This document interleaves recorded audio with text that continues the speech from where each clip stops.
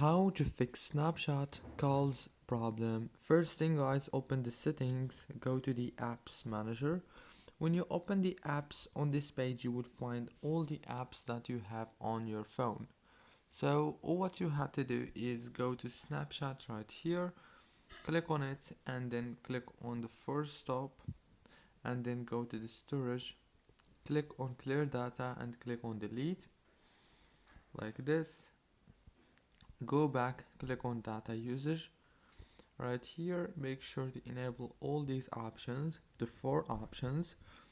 Go back and now go to the settings on your phone.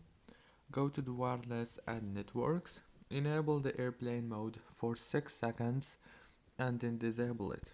Exactly like this. That's it guys, don't forget to like, subscribe, and thank you so much for watching this tutorial.